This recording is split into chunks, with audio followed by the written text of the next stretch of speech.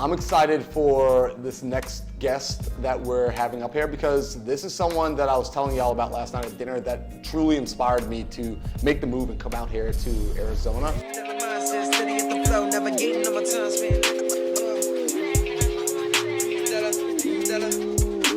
It wasn't that he said, hey, move out of your house. It was more that when I got here, he was so open, so welcoming, and it made me realize there are people out there who not only are winning at a high level, but they also want to see you win.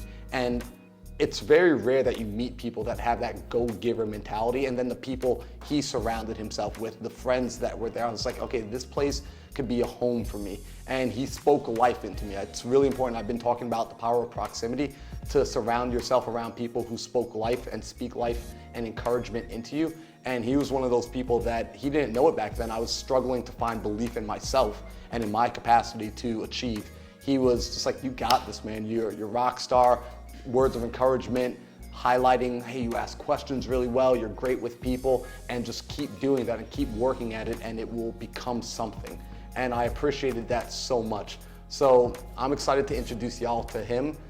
He's one of the largest private investors here in the state of Arizona, one of the most down-to-earth people where you would never know what he's up to in business unless like you just started asking him direct questions because he's an open book.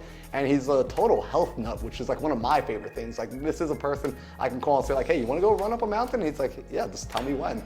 So the rest of you I had to like really convince.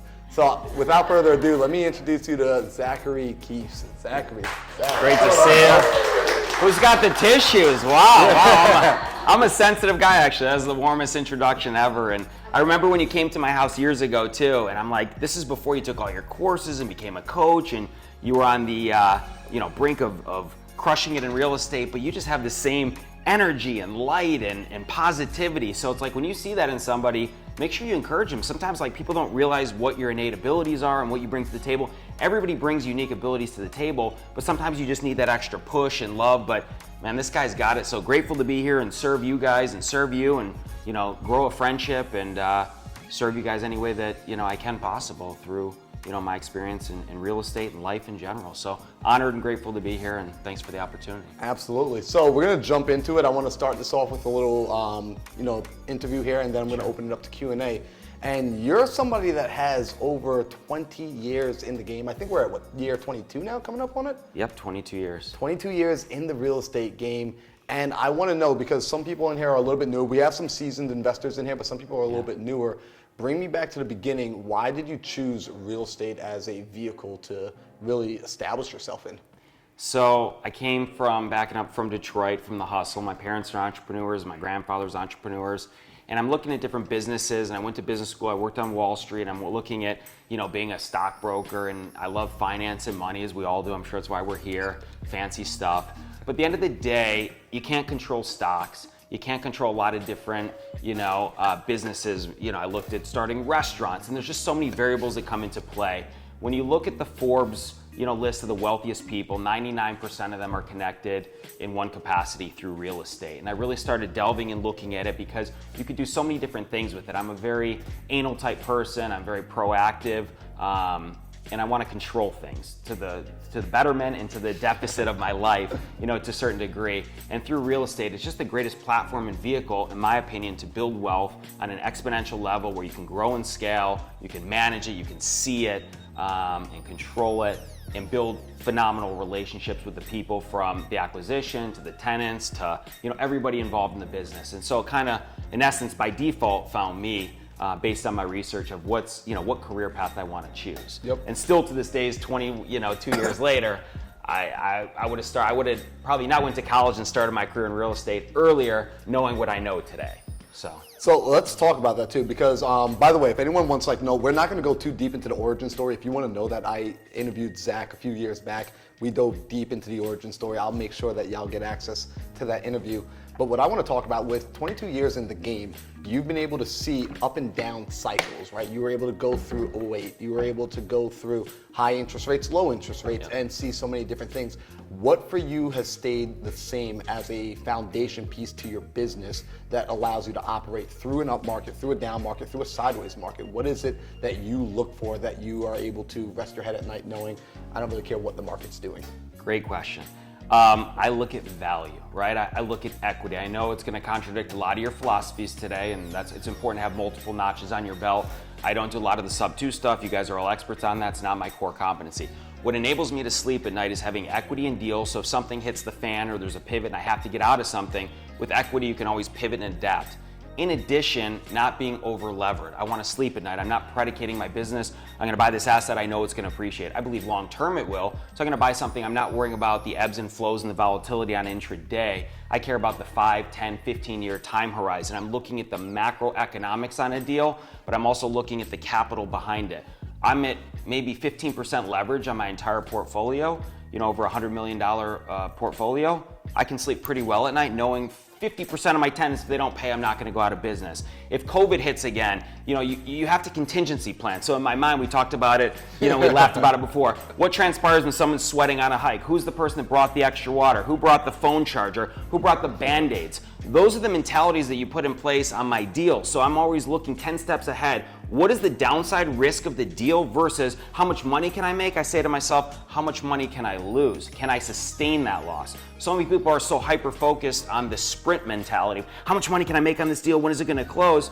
My thing is, let's step back. How much, how can I stabilize this asset? What's the upside potential and what's the downside risk? And what's my capital behind it? Is it sustainable if I have to drop rents, if this thing doesn't sell? If the market plummets and there's a bunch of competition, I have to cut my rents at 30%. Will this thing still cash flow? Do I have reserves? So those are the questions that I ask that enable me to get through the volatility in the market and stay the course. I've never defaulted my entire career through, one major cycle. I never had any short sales. I never had any foreclosures. It's all about buying good assets, being able to afford those assets and not being over levered and playing the long game, not the short game. And that's what I love about you is that you play the long game, because in this game right now with internet gurus, things of that nature, everyone's showing the highlight reel and there's a promotion of this get quick. It happens, right? Everyone's telling you how you can make $100 million in the next 90 days, which sure. But you come in, you say, no, how do I play this game for the rest of my life? I consider you an infinite player, right? You're someone who you're happy to be in the game. Always in the game. I've never not, the other thing is important too is through every cycle, there's never the time, you can't time anything, right, in life, but you can always buy correctly through any, ebb and flow. So as long as you're buying with equity, you're buying significantly below market in any cycle, effectively you're going to dollar cost your assets into a market and always have a good piece somewhere right in the middle. Of course, you always want to be at the lowest, and if you're going to sell at the high, but that's always impossible. So if you're going to play the game in the long game, which I'm sure you are, you have a long time horizon. There are a lot of young people in here, all young for the most, maybe the oldest person in here. So play the long game, right? I get a lot of calls from wholesalers all the time, and my new mentality to them is, how can you actually acquire this deal? Don't sell me the deal. If I'll be your last option. It's really interesting, the mindset shift. Before it's like, let me buy everything. How can you take that asset and retain it? You're a fool to sell it to me and you're making a quick $15,000 on an assignment fee. That's great. You're not going to get rich on it. You're going to get rich by retaining that asset, because if I'm buying it, it's a good deal by default, or any big buyer is going to buy it. You say, why would Zach or why would Marlon or Ingrid or anyone buy that deal? Because it's a good deal. You should own it. But make sure that you own it with the right capital behind it. Are you assuming the mortgage? Do you have good long-term capital behind it? Because at the end of the day, that quick 15 that you think you made and you're paying 40% taxes, now it's 10 plus your marketing costs and your time to acquire that deal. Maybe you made $5,000. But if you retain that deal, I ask myself, if you leave here today and ask yourself one question, if somebody brings me a deal, okay, and I say, will this or will this not affect my net worth today? If it doesn't affect my net worth today, I'm not buying the deal. Okay?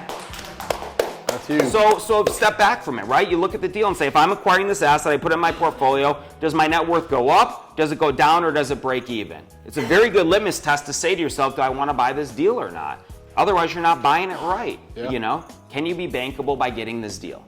Absolutely love that. And to that point, by the way, I love how much you care and you tell wholesalers, don't sell me this deal. And you recently just bought a deal from my buddy Ben, where you told him and you said to him, listen, man, El Mirage. Yep. The El Mirage deal. I go, dude, don't sell this deal. That's a perfect point. It was so cool. He came to me and he was like, you blew his mind, because I was having a conversation with him because of you doing that. You actually gave him 20% equity on that deal, I believe, versus just an assignment, because you're teaching him an ownership 46 mentality. Yeah. And I said, dude, this is beautiful, because his brain is like, whoa, I never realized I can be an owner. I'm like, Right. and most people don't ever Correct. think like that.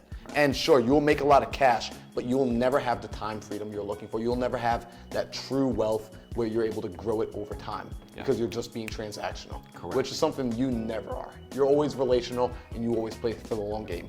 Now, you mentioned selling before, which, funny enough, what's your thought process behind really selling your assets? I have zero really interest of selling anything right now. I think I'm a long-term player. I'm cautiously optimistic on the market. I only buy specifically in Arizona.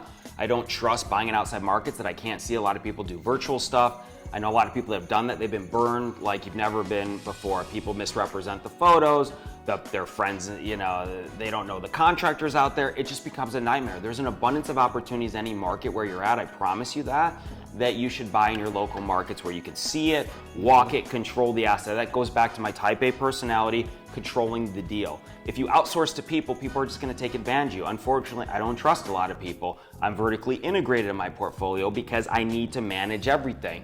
And that's at a detriment, right? Like that's my philosophy and it works well for me and it makes me a lot of fucking money. But at the end of the day, one thing that restricts me is, you know, some additional time, right? Like I'm not well balanced. I'm vulnerable. I'll tell you how it is. I make a lot of money, but do I travel all the time? Do I do all this epic stuff? I've done a lot of epic stuff in my life, but mostly building my business. So it comes at a cost, right? That's the hardship of my business effectively that restricts me. So you got to think balance. If I could go back in time and tell you, maybe not be as anal as me and you know, take those trips because there's no guarantee in life. But I was just so hyper focused on doing deals and building local relationships. I felt like if I took a vacation, it could cost me $100,000 in a week easily.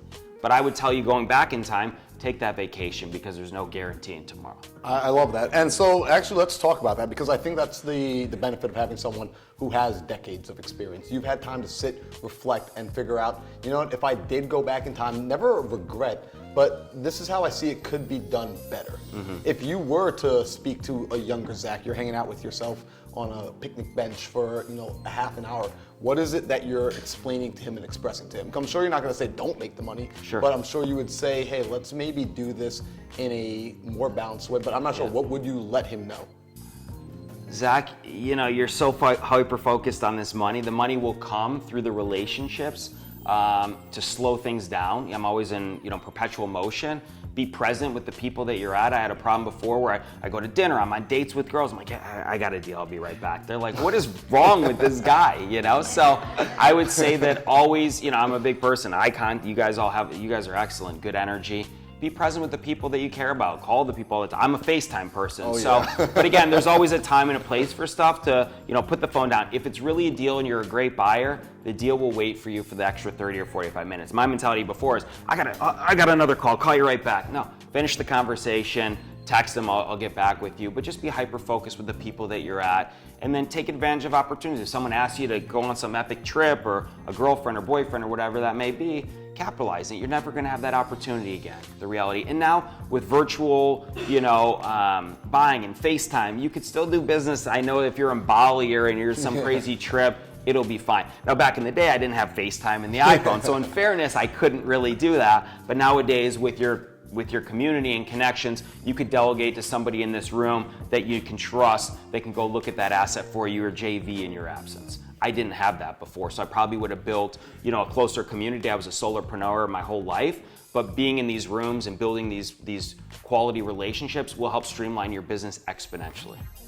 Absolutely love that. And speaking of relationships, something that I recognize you did really well, whether you meant to teach it or not, like I just learned it almost through osmosis with you, was how you valued relationships almost above all. I think that's what like really resonated with me about you, is because in my world, one thing I am clear on is I optimize for relationships in my life. I care about relationships, I care about people. And I saw you as like almost like an evolved Pokemon version of me. I'm like, oh, that's what I could look like in the future? Like caring that much about people and having that level of relationship. And I've seen it in your business to the sense where it has developed a level of confidence that people have with doing a deal with you, where I've talked to wholesalers and they're like, oh no, I'm gonna bring this to Zach because I mean, he's closing. Talk to me about that. Was that intentional? Did that happen on accident? Like people feel like your name is on a deal, it is done, they can move on to the next. I think that's evolved. I think that's what you always want to create, that level of confidence in whatever business you're in, real estate, or most of you guys are entrepreneurs, do different things. But at the end of the day, that's what you're striving for, is that confidence where first of all, it's important to be top of mind, right? So if somebody gets a deal, how can they think of you? Why would they call me or Ingrid or Marlon? A lot of times we're passive. We forget to turn on the camera, and you think that you need all this social media and editors and all this stuff. You do need social media. You do need that top of mind mentality, and you need to execute and let people know, I'm not assigning. These are the terms that are going to happen because I am a guarantee. I've never defaulted. If I sign a contract and I've bought thousands of homes, I've never not closed. I've never closed a day late.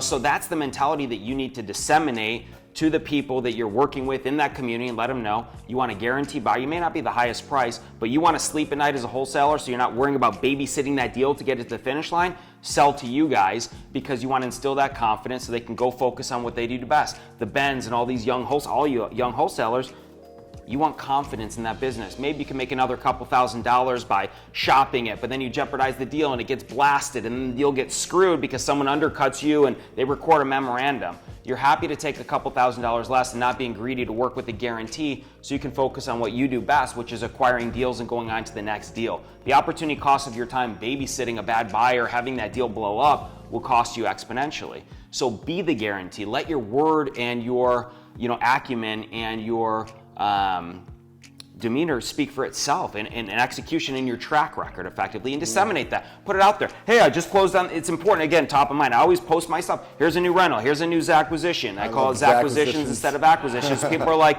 okay, be unique to you. You can call it your own, come up with your own stuff and have fun with it, but be authentic to yourself so it's relatable. People have fun with you. It's not just about business. The relationships are critical, right? So it's not just, let's transact a business. No. Let's go on a hike. Let's grab a coffee. Let's go to a fancy dinner. Let's go, what's your favorite restaurant? Ask these people that you're doing business with that are serving you and providing you opportunities, what's important to them? Why are they even doing this business? What are you doing with the money that you're making? How can you connect on a higher level to enhance your business? I don't care about a deal. Anyone could say, go sell it to somebody. It doesn't matter. I care about our relationship. So how can we enhance our relationship for the future? We're going to do this business for 50 years.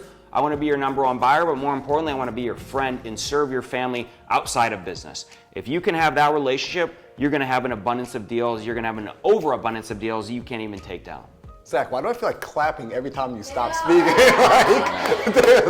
I'm passionate. I want to serve you, but that is the type of stuff that you need. If you're not doing it, I know many of you are, Dave and Ingrid and everyone else, get it in there. So I agree with that wholeheartedly. So I want to ask about two things. I want to pivot a little bit. One, I want to talk to you about your relationships and use of banks' money and your ability to cross-collateralize, and that being a theme behind how you grew the portfolio. Sure. Because we are in this season where creative finance is more popular, and I've utilized creative finance. In fact, this house is a creative finance deal.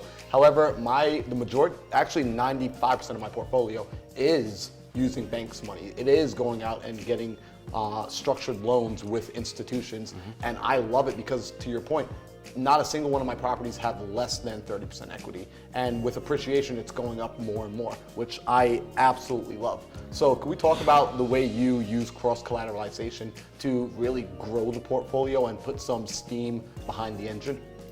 Absolutely, but reverting back to what you just said, which is great, where you said not less than one of your properties has 30% equity.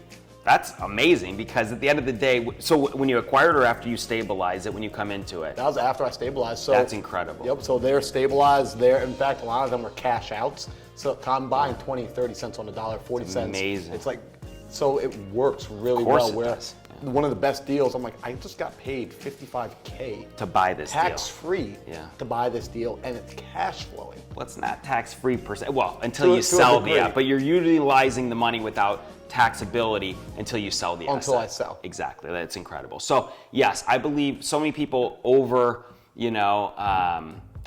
the ability to be bankable. They're just solely looking at, okay, it's a sub-2 deal, I don't need credit. And again, those are all great for specific deals, but I built my business solely leveraging banks. So in order to be bankable, I'm playing the long game, right? Not the sprint mentality. That's kind of the theme. You got to pay you got to pay to play. If you're not paying taxes, you're not going into a bank and getting a cross-collateralization loan. So a cross-collateralization loan is where I'm aggregating deeds that are free and clear. So I utilize cash to buy my deals. They're unencumbered. At a certain point, no one has unlimited money, of course, including myself. I'll package, my last deal was 91 homes. I took 91 unencumbered homes to the bank, First Fidelity Bank. They then gave me a loan of, let's call it $15 million on a line of credit.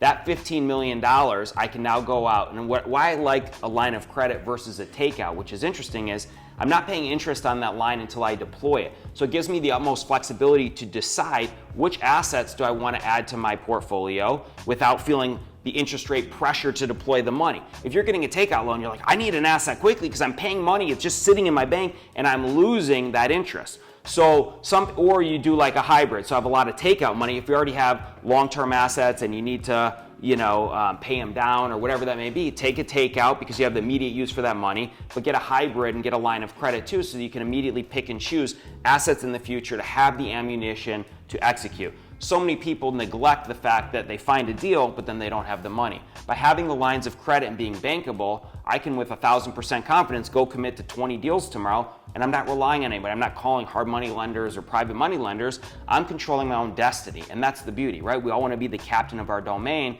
without having a co-captain or someone in the back telling us what to do. That's very empowering, and that was the goal of the business. So going back to the cross-collateralization, you got to be bankable, you got to pay taxes, you got to show income on those deals to support the debt, and it enables you to continue to grow and scale the business. So I'll use a simple example. If you buy a $200,000 house and you get it at 30 cents on the dollar, you paid 60 grand for that, right? Let's say you put another 40 into it, you're into it for 100. Most banks will lend you 65 to 75% of that value. So you're gonna get 125 to maybe 150. So there's your example of getting the 25 to 50. So you closed on the deal, you're getting money back from the bank, and now you also have money to refinance it to go buy the next deal. That is scalable, because if you're buying effectively, the money's made on the acquisition and the long game. You're going to take that payment, that equity, and go out and continue to grow. You can grow exponentially as long as you continue to buy at that basis. I don't think it's feasible to consistently buy 20 or 30 cents on the dollar. I'm paying typically 70 to 80 depending on the asset. I want to be all in my assets after stabilizing at 80, 82 cents on the dollar. So effectively, if I'm refinancing or I'm leveraging, I am collateralizing with the bank, in essence, I'm in at 7% of that basis, or 10% at most of my all-in capital. So then I can go recycle 90% of those original dollars and go do it again. And that's where the infinite banking comes in the collateralization. When you're talking about cross-collateralizing multiple assets, you're just aggregating multiple deeds at once. Does that make sense to you guys? Okay. I love that. And I love that that made sense to this room, because 3 years ago, that would have been like, Zach, I need you to say that 5 times over at half the speed. I do talk quickly. But if you have questions, again, that's why I'm here. Just, Zach, that doesn't make sense. Explain this again. But again, originally, when I first started buying, these assets were 30 and 40,000. There wasn't, the banks in the down market in 2008 and 9, they were not loaning money. They're like, real estate, we don't want to touch it. We'd rather do restaurants. We'd rather do, manufacturing. Then all of a sudden they say, oh, Zach, you have 6 houses free and clear. We'd love to give you a line of credit. I think my first line was a couple $100,000. I'm like, oh yeah, let's go. So I took those assets that I bought for 30 and 40 and I got a couple $100,000 line. That line, go out and buy all new ones. The new ones that you buy in that line, remember, they're unencumbered. Mm-hmm. You put tenants in there again, then you take those new assets and you pledge them to the bank. And that's where the consistency. But you need to make sure that you're paying the taxes to support. It's not just asset driven, it's based on your taxes too. What is your net income? Does your net income show the ability to support that debt? That's really critical. So if you're writing all this stuff off that's even feasible, you're kind of shooting yourself in the foot, because then you're not, here's a CFO over here, you're no longer bankable. So you got to pay to play. Do I pay a lot of taxes? I sure do. Do I get depreciation on my assets? I sure do. But can I go out and buy a zillion things without somebody telling me what to do? Yes, I do. And that's the long goal, right? Pay to play. And you know what, I like that, because it's a different voice right now in the space where everyone's kind of saying, don't pay the taxes. And this is actually, I know. Well, what are the benefits of if I do pay the taxes? Because essentially here, you're now able to go, you get these properties, and like you said, unencumbered, right? So in other words, there's not a mortgage, because essentially, I'm gonna use like my terminology, you're buying it with a credit card to a degree, right? So there's not this mortgage here, so you can, again, bundle that next package, do it again, bundle that next package, do it again, bundle. And so the only limitation here now becomes your work ethic and your ability to go out and conjure up more deals. Correct. I love that. So hopefully that's something new for y'all, and it's a different perspective on how to play this game. Now, what I want to talk about is, that's the business side, which I love. Let me step back on that too, and adding, it's important. So it's not just about the acquisition, but also let's talk about the rehab perspective of this too. So many times we're passive, right? We're extremely active in acquiring these great assets. We get them super cheap, 70, 75 cents. But then we're like, oh, I bought this so cheap, I'm gonna be kind of laissez-faire. I got this contractor, he's a GC, is great, it's only 60 to fix it up. You're spending too much. I think it's really important. One of the reasons why I've created a lot of equity is because I have my own crews. I'm vertically integrated. My crews only work for me.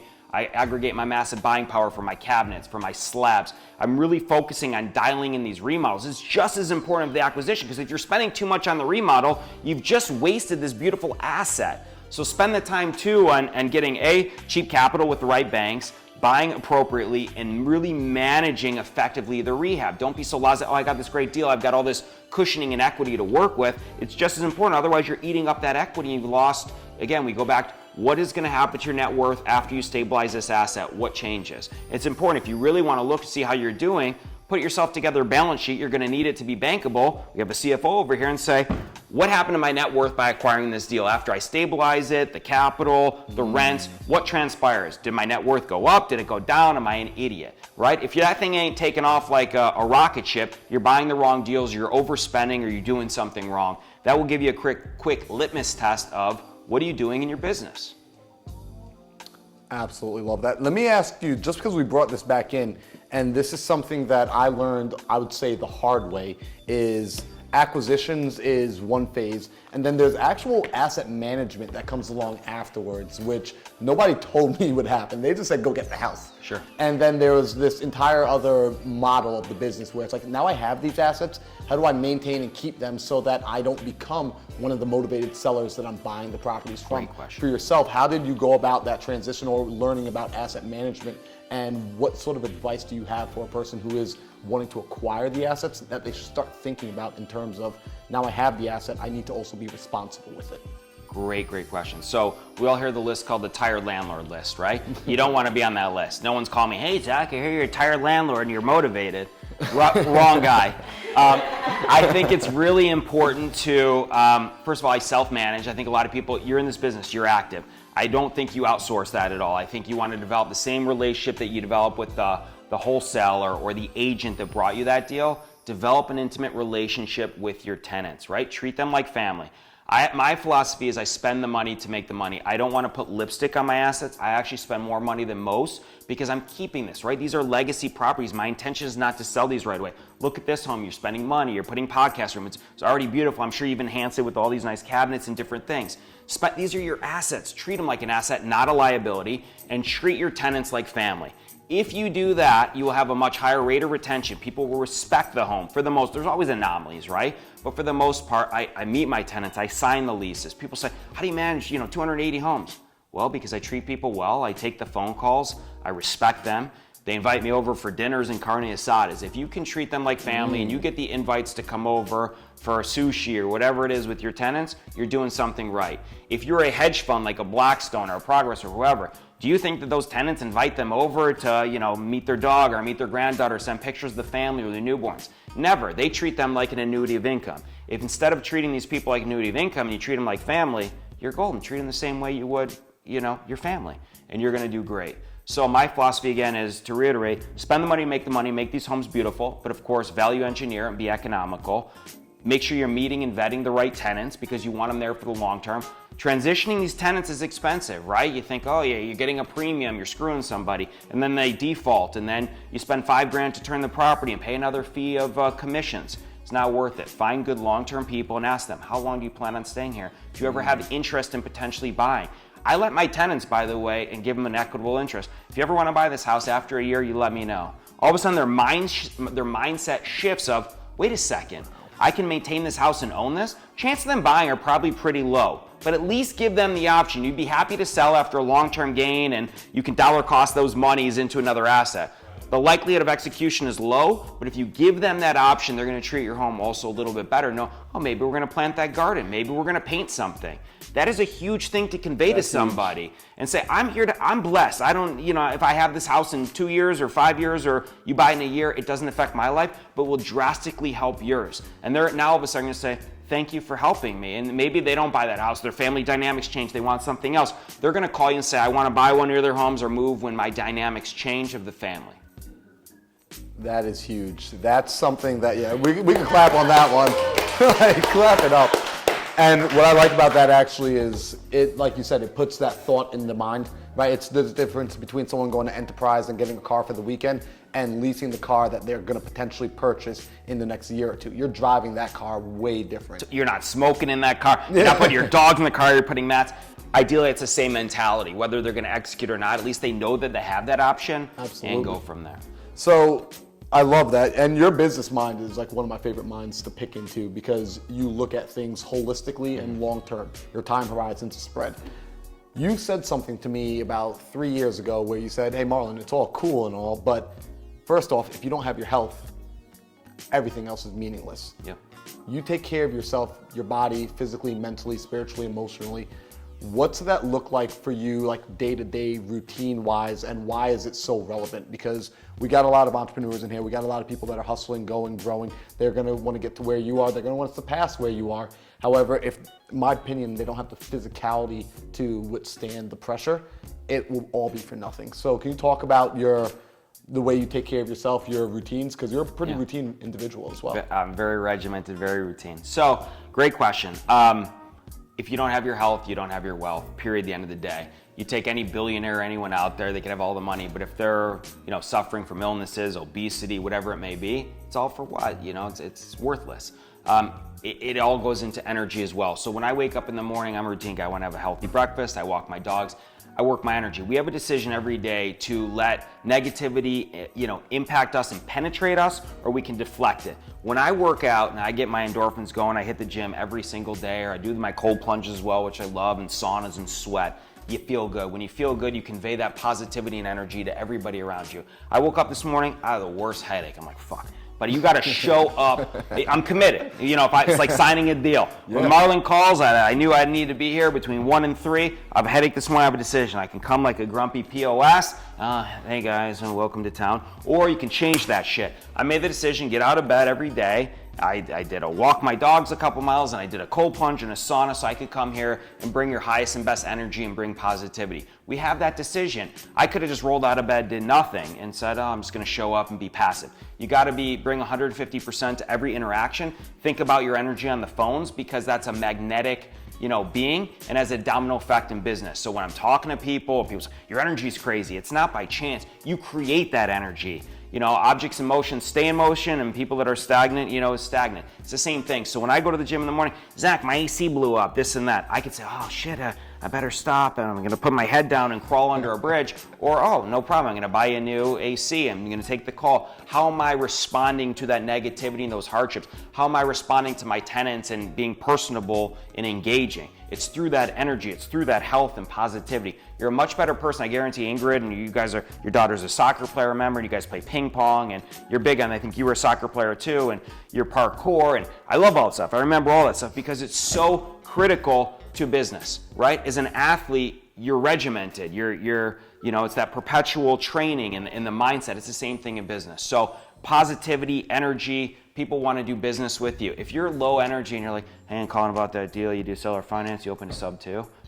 Who are you? Like, well, what have you done all day? You just calling all day? Like, this is boring. When someone calls me amped up and I know I'm not going to sell anyways, I'll still engage the call, and you never know what's going to happen. By the way, even if I don't want to do business with them because I'm not going to sell my house as sub 2 or whatever it may be, but I want to work with you because I like your energy. So there's many times when I get calls from a wholesaler or an agent, hey, calling about this. I'm like, well, I really like you. You're very sophisticated. I like your energy. I can feel that through the phone. By the way, I'd love to be on your list of buyers. I know you're calling for you, but if there's something you're interested in selling, I just want to remind you I'm a buyer. So you got to remind yourself in every conversation to pivot and adapt. It's not just answering the question. How can you take every conversation engagement and turn that into a business opportunity? I love that. You stay very, very intentional. And you said this to me. You said, Marlon, your energy enters a room far before you ever do. And dude, I've been using that. I've been true. Living with those words. I guarantee when you guys showed up, Marlon's high energy. You already knew what you were gonna get coming in because you've seen him before. It's an energy. It's like you can't change it. He's always consistent in that. And because again, he probably ran 50 miles this morning, then he did Camelback. He was up at 4, and then he jumped naked in the pool or whatever he did.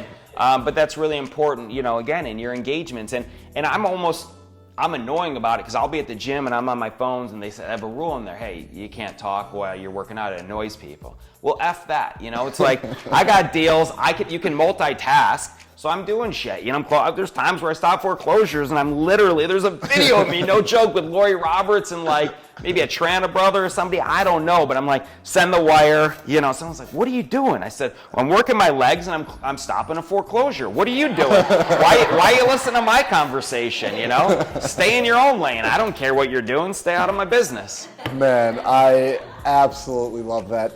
So I want to open it up to Q&A here in a second. But before we do, I got an interesting question, and I was actually asking this of the folks in the car this morning on the way over. And this one's going to be so left field, so get business out of your head, or maybe keep it in your head.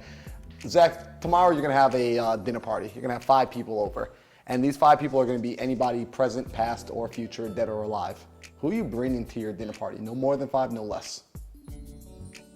I'm only bringing my family. I don't care about, you know, all these different, you know, celebrities or presidents or anything else. My family is always number one. My mom, my dad, my sister, and my other sister, and probably my grandpa. That's it. Man, I absolutely love that. I'm not like so many people are concerned about, you know, this outside this or this celebrity or this person. I respect all those people, don't get me wrong, but family is always number one for me. That's the only person I have this amazing dinner party. Family first, you know? One day, God willing, I get married and have kids, but like otherwise, what are you doing all this for? You know, to impress other people? Nobody cares. I mean, for the most part, don't get me wrong, nobody cares about you, right? You got to do it for the right reasons, do it for the betterment. Like I'm big on different charities and things like that. So you have to say to yourself, are you just doing this to make a bunch of money? What is the money for? You know, for me, it's like my dad's suffering right now. He's in bad condition right now. I would give up everything to give him a good year of life left. I really would. So it's like, you got to ask yourself, what are you doing this for? Is it just so you can drive a fancy car, tell people, oh, you're super successful? I don't care what people, you know, yes, I want to be liked and respected and all that, but I don't care what people think about, oh, you drive a fancy car, you live in this fancy house. Nobody cares, I promise you. I respect you the same way if you're driving some beat up, ding dong, you know, canoe down the street. I don't care, be a good person, I like you even more. I love that. So, Zach, for people, because this right here will make it to the internet one day. For people that are like, man, I freaking love this dude now. Like they heard you, they resonated with you. Your energy is now inside of their house. Where can they go to find more of that energy if this has been helpful and uplifting for them? You can come over to the Mind Over Matter, you know, weekends. And be a part of this group. Now, you can find me on Instagram under Zach Ventures, or my name's Zachary Kepes, ZACHARYKEPES, or hashtag Trash to Cash is kind of my motto. We turn trash to cash. Come check it out. People reach out all the time or DM and they think I'm not going to respond. I'm big on if you take the time and I give out my numbers and speeches, whatever, and people are like, I got your numbers, is it okay that I'm calling? I said, there's a reason you showed up, I want to give back. I take the call, happy to do so. So reach out, and if you don't hear from me, light me up on the internet. I love it. So y'all reach out to Zach, and I appreciate you for watching. Go ahead and leave a like in the comment. And you guys, I appreciate you. I love the live audience. This energy is just amazing. It's been good. So, I got $1 billion mindset, steady as a flow.